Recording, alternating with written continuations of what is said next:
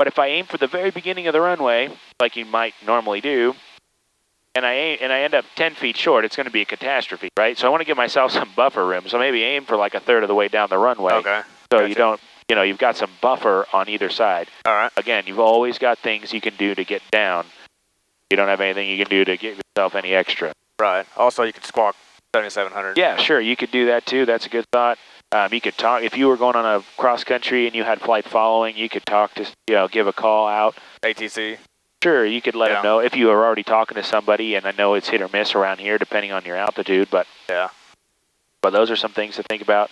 If it's going to be an off-airport landing, you're going to go through like securing the airplane. Also, we didn't really think about, but like, why did the engine quit? Can we do anything to get it? Was it like... Right, it could be oil pressure or fuel.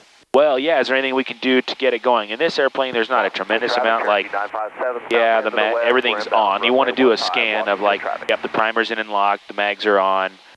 Could it be carburetor icing? It's probably, carburetor icing isn't going to present itself in this way. Carburetor icing will be rough running, like, it's not just going to shut down. But it could be a rough running engine, so carburetor heat could be an issue. Obviously, throttle, you didn't change that, so... and then on down to the fuel selector. In this airplane, it's a both kind of a deal, but if you're flying a Piper, you burned a tank dry, that'll shut the engine down. I can tell you that from experience. Oh, yeah. Go ahead and rich in that. So, like, thinking through, and when in doubt, pull the checklist if you have time. If you're 1,000 feet above the ground, I probably don't really want to be pulling a checklist out because I'm just trying to get us on the ground safely. That's not in the forefront of my mind. But if you're at 5,000 feet and you've got couple minutes, pull the checklist. Make sure you're not missing something silly. The examiner would like to see that probably because there is an emergency checklist for this airplane. Okay. Doing really nice on the speed. And aiming for the airport here, so that's obviously going to make for an easy landing. But if we were putting it in a field somewhere, I've never crash landed in a field, but they say from experience that open your door? Open your door, crack your door so you can get out if you need to in a hurry. And the other thing is if you are going to ditch in the field, you do want to secure the airplane. So at that point, you would want to shut the fuel off at the fuel selector valve so you don't end up with a fire. So fuel selector, fuel off if you know you can't get it started, and pull the mixture out. Turn off all the electrical equipment because, well, you're going down anyway. Yeah, I'm going to go ahead and add 10. Okay. The only thing would be is if you do shut off the electrical equipment, what don't you have then? Radio. What else? He just used them. Oh, okay. Yeah, so if you shut the electrical equipment off as part of the securing the airplane, you don't have flaps then. Oh. So you want to may hold off on that, or if you know you're not going to need them, whatever. But Camden traffic, Cessna 3 Echo Delta is on a left base for runway 15. Full stop, Camden. Looking good. And think about the wind. Think about your winds as you're setting up here, because if you got a nice 15-knot wind right down the runway and you roll into final and your ground speed just goes, like now I'm pushing a headwind, like that's not good. So I'd make your turn for the airport here.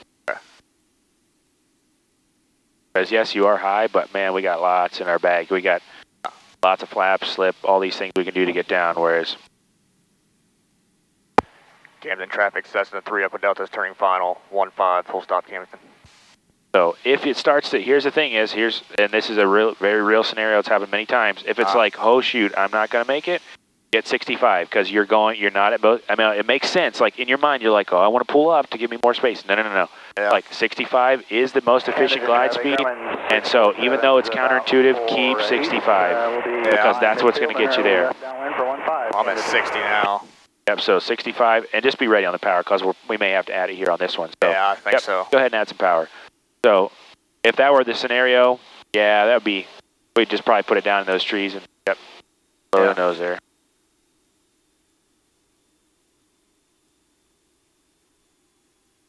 So let's get the speed back to where we want it to be at this point. So we'll just land with 10 flaps, keep the nose down. And also your trim might be hurting you, I don't know, but keep the nose down. I'm holding the nose down with you here, so just as soon as you pull back, you're going to stall and put it down the runway. I don't know how high you are. All right.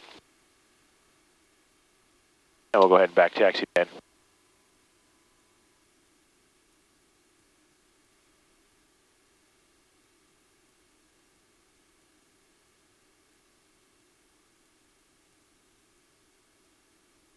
Want to stay on the runway?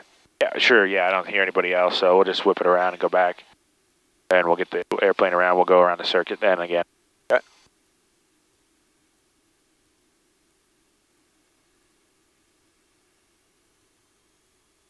Camden traffic, Cessna 3 Echo Delta's back taxiing runway 15, Camden.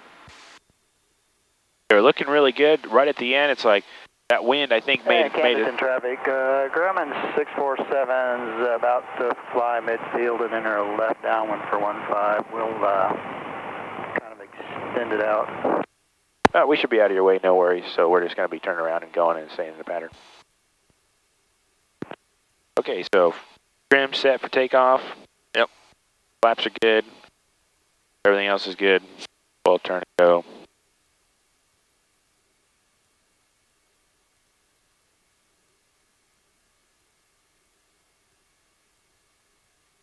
So what were you saying though, coming in? Oh, the wind, yeah. When we made the turn in, like our ground speed went from whatever we were, 70 or so, 75 even with a little tailwind, turning around, and then we're doing like 60 knots over the ground. So that the wind just killed us coming in. Yeah, I see what you mean. But you did a nice job holding 65. I mean, we didn't even waver from that. That was really good. At the end though, you could see your tendency is to want to like, I want to get there, but nope. 65 will be the best, even if it seems counterintuitive. So yeah, just trust that. So you want what kind of? Normal takeoff. Normal, okay.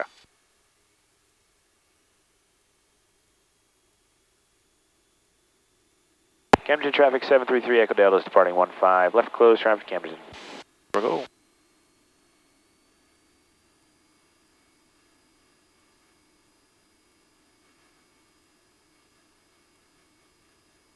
Slow right there, on the center line.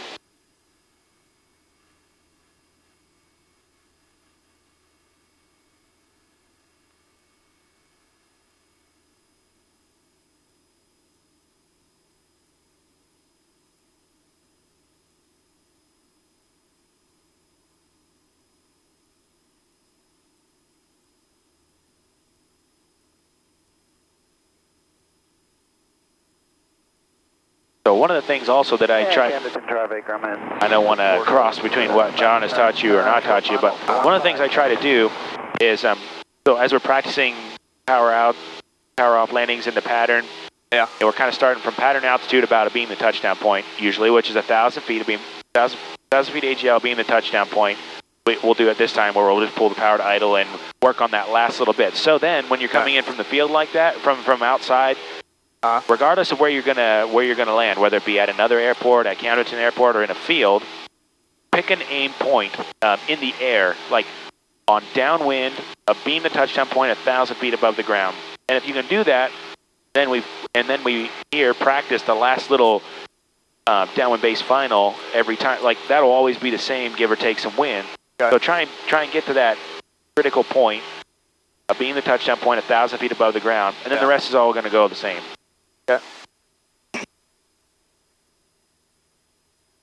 On the ground, no factor. Yep.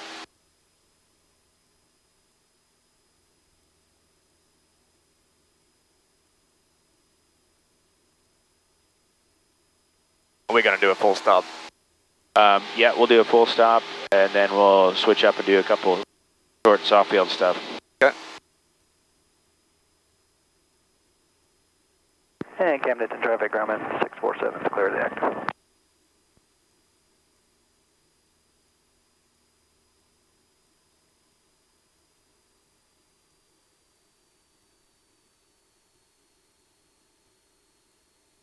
Camden traffic, Cessna 3 Echo Delta's left downwind, 15 full stop, Camden.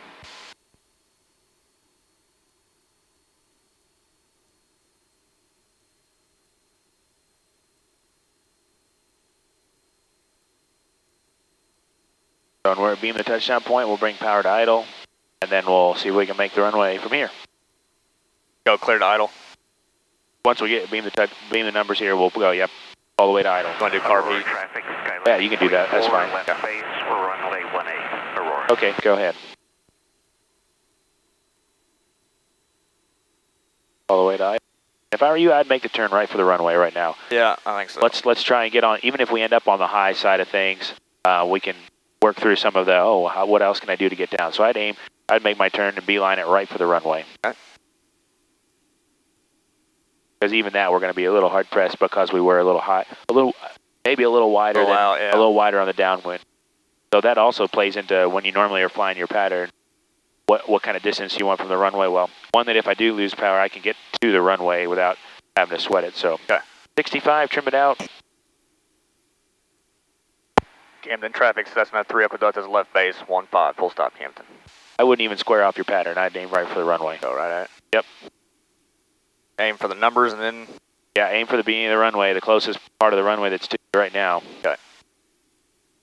I'm at 65. Because even at this, we're going to be hard pressed. We'll make it, but I think we'll make it anyway. It'll be very, very close.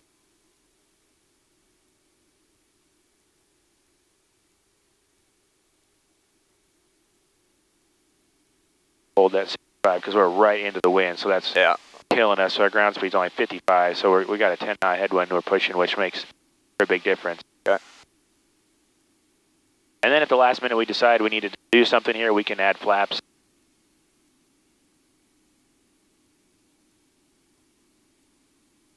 Stay on at 65, yep. Okay, go ahead and get 10 flaps.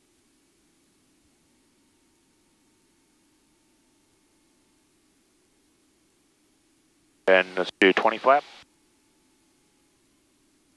And now we can do a slip too. So go ahead and top rudder.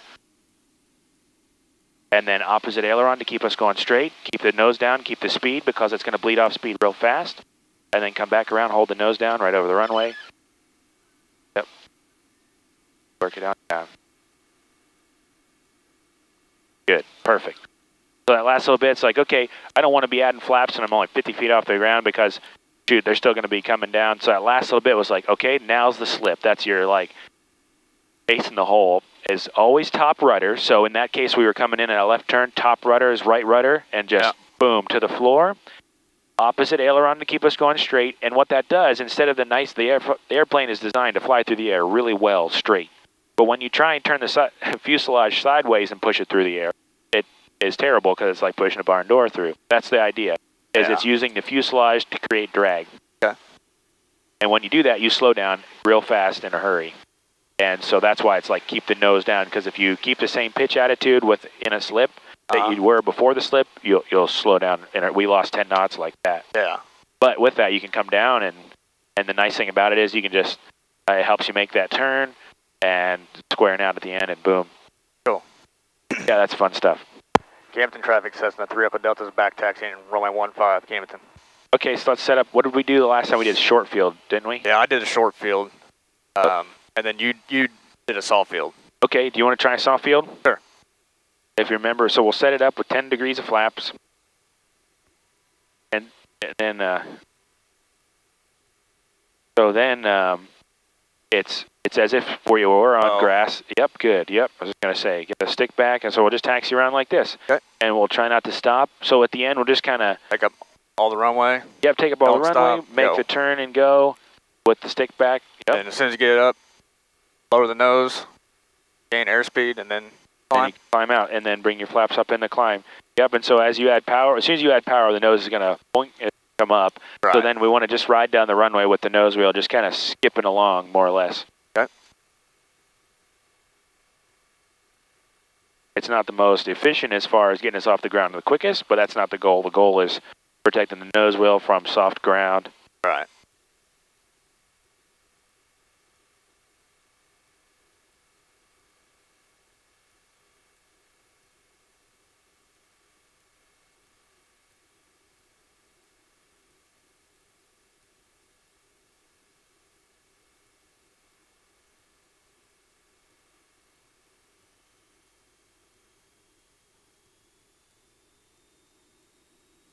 Camden traffic, Cessna's departing 15 left, close traffic, Camden. Here we go. Yep, lower that nose just a little bit. Right rudder to keep us on center line. There, the nose is definitely off the ground, so you're just kind of riding it like this. And we're airborne, almost. There we go. All right, lower that nose. Down, down, down. Right like that. Perfect. Lebanon Unicom, camp 23. So we get our speed that you're comfortable climbing out, and then set your trim to, I think we have a little bit nose. Yeah, still nose high. Yep. All right, and once you get kind of a good climb speed here, you can come up on those last 10 degrees of flight. 2320, I'm about 15 out. Yeah, I think our trim was a little nose high for that because it was hard to keep the nose where you wanted it. Yeah.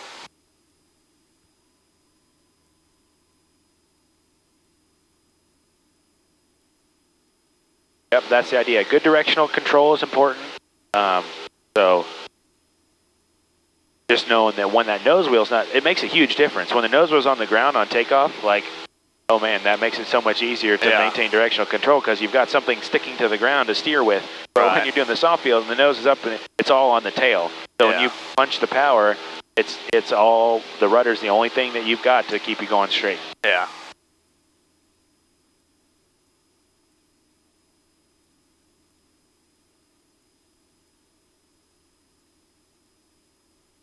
Want to do one more and then call it good? Sure. All right. We'll do a soft field landing then, and then we'll come back around, back to actually do a soft field takeoff, soft field landing. We'll just finish on soft field. Okay. So soft field landing, man, pretty much just a normal landing. You're just looking to touch down as gently as possible. So one of the tricks that I always like teach with a grain of salt is like, make sure you've got your speed coming in. Don't come in like on the bottom side of where you want to be on airspeed. Add a few knots so that, yeah, maybe you float down the runway another couple hundred feet, but you can really make for a smooth touchdown. Okay. Rather than coming in right at the end and you pull power and bam, slam down. So you want a smooth landing. And then after landing, you just keep the nose wheel light and minimum braking, and don't worry about the flaps until you've cleared the runway. Okay. This looks like a little better distance here. Yeah. But you're feeling the wind. Like the wind's pushing us, yeah. Absolutely. So you might need to pick a heading that'll keep us the same distance from the runway. Okay.